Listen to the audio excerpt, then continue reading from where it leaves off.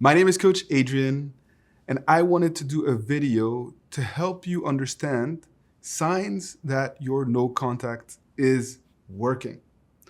Many individuals, after a breakup, understand that they need to do a period of no contact in order to really maximize their chances of getting back with their significant other.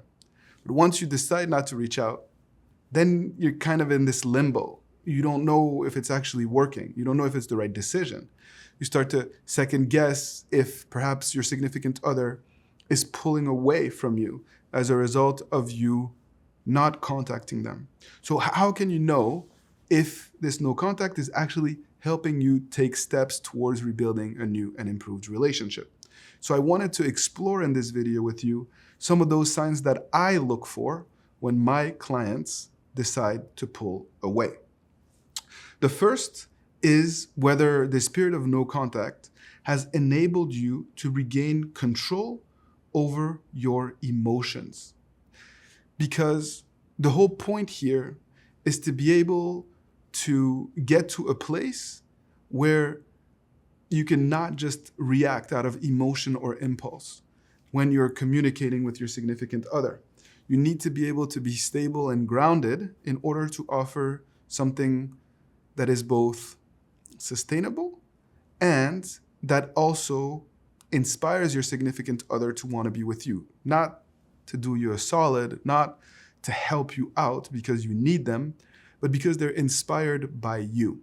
And it's going to be very difficult for them to want to project themselves in the future with you if you are highly emotional, if you can't control your emotions.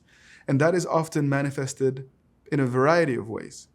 Perhaps you reach out to your significant other before the end of your no contact out of fear that they're moving forward, or because maybe you were out with friends and you got inspired to do that.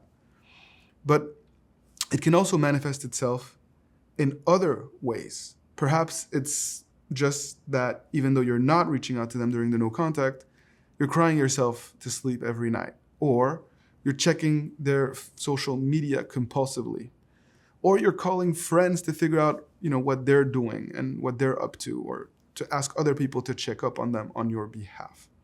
All of those things are in some ways clear indicators that you still need to put in work in order to regain control over your emotions. And a period of no contact is an opportunity to help you to do that. So don't feel bad, don't feel guilty if you have made mistakes. Just use this period to continue to grow and to continue to make sure that you are setting yourself up for success as we move along this process of breakup recovery. Another clear sign that tells me that your no contact is working is when you're able to focus on your progress instead of the end goal of getting back together. The end goal of getting back together may lead you to take shortcuts or may cause you to start to push forward and really do things that are not conducive for the long-term well-being of your dynamic with this person.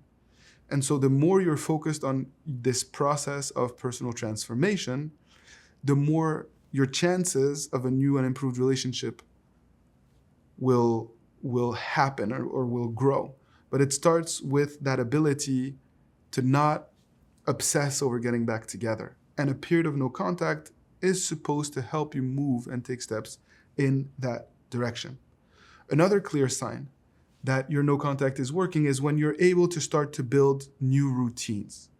You're developing new habits, you're focused on developing new qualities, but you also start to establish new routines. We want to break free from routines that continue to force you to live out that dynamic that you were in at the time of the breakup. We don't want you to be feeling down and desperate and dejected. We really want to help you to start to, put in new patterns to set you up for this new chapter of your life, whether you're going to get back together or not. And by putting new routines in place, you are again maximizing your chances of surprising that significant other that you love and also inspiring them to to be in a new relationship with you.